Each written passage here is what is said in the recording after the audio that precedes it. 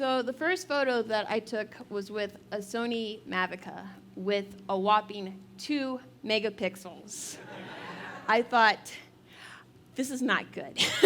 Maybe I need to go back to the drawing board and just maybe not take photos of people, but just work on taking photos of myself and not be inept with that. So I went back into an introverted lifestyle, and I just focused on making weird introverted worlds by myself, and I was quite comfortable with that. But I said, you know what, maybe I should try to socialize a little bit more because this is a lonely life. Maybe I'll go to parties and I'll maybe not talk to people but take photos of people. Maybe that might work for me. And it did, because I found my wife that way. So that was a relief. And then I was like, okay, well maybe now that that worked out, maybe I can go back to being comfortable. So I went back to that. And so we moved up to Asheville from Athens, and I continued to take photos of myself, just trying to, get better at it so I didn't seem like a dork with like, oh, I don't know how this focus works and whatnot. I took photos of my cat, and she was very patient. She's just serving all the face, luckily. But aside from that, I also do graphic design, and I was so excited when Campaign for Southern Equality sent out an email to multiple people to say, hey, we need to have a design for our summer swag. And Campaign for Southern Equality, by the way, is an LGBTQ nonprofit working on the equity of Southerners. I was so excited that these sweet social justice warriors were like, we liked that design, we want you to do this design, and also we need to continue the narrative of art helping move movements. Will you join us and perhaps become our artist in residence? And I said, yeah!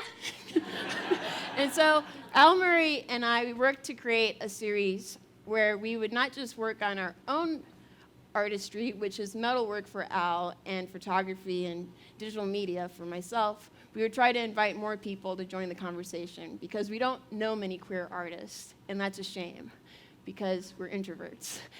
So I said, I think a cool way to go and lift up people who are queer artists who are told you're not supposed to exist, you're not supposed to really make it as an artist, is to actually lift them up. So I worked on a series to do that.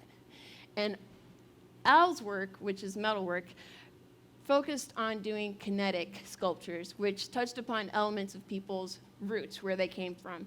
And although some people's roots might be horrible, it still informs you how you create your art and how you live your life. So it was a little bit of a nod to your past and also to your present. And together we made the series Uprooted. And we stepped out of our shy world and we said, hello, 12 artists, will you join us?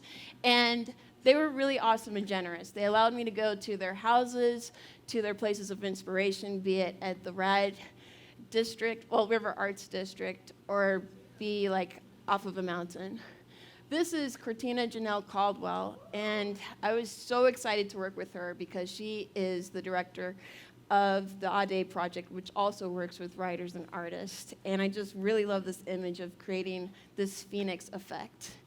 Also, I worked with the ceramic artist Mac McCusker. Yeah, all right. Okay, and Ronica McLean, who is a phenomenal photographer. Mac is right now in Durham working to be an instructor there, while Ronica is earning her BFA in Athens. So the Southern narrative continues. I was really, really excited about this person because it's kind of nail-biting to go to the person who's significant to you and say, will you model for me?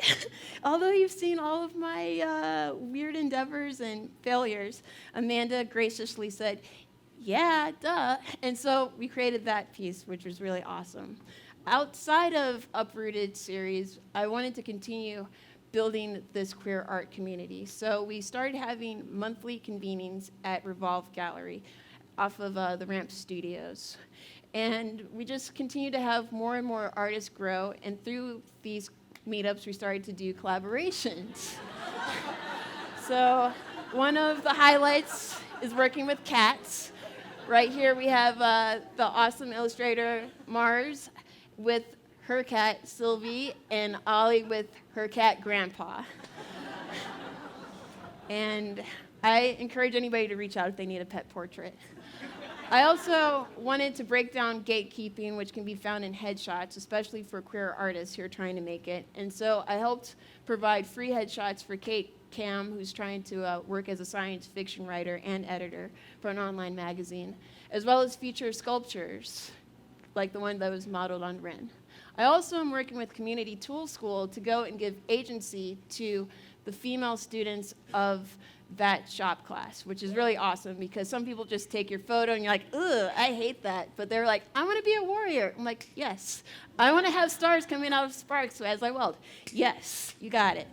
Also, I wanted to do portraits of other people in the community, including trans members and gender non-binary members. These are recipients of the Southern Equality Fund, which is a grant for people in the community trying to be leaders in their local communities.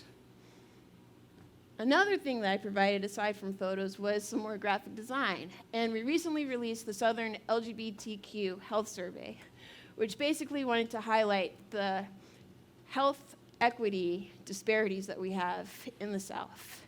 I mean, we have it all over, but still, a marginalized community can be ignored. And I'm so glad that other people saw the importance of that and that they wanted to carry on that. And I invite you all to carry on whatever mission you see as a social justice warrior. Thank you very much.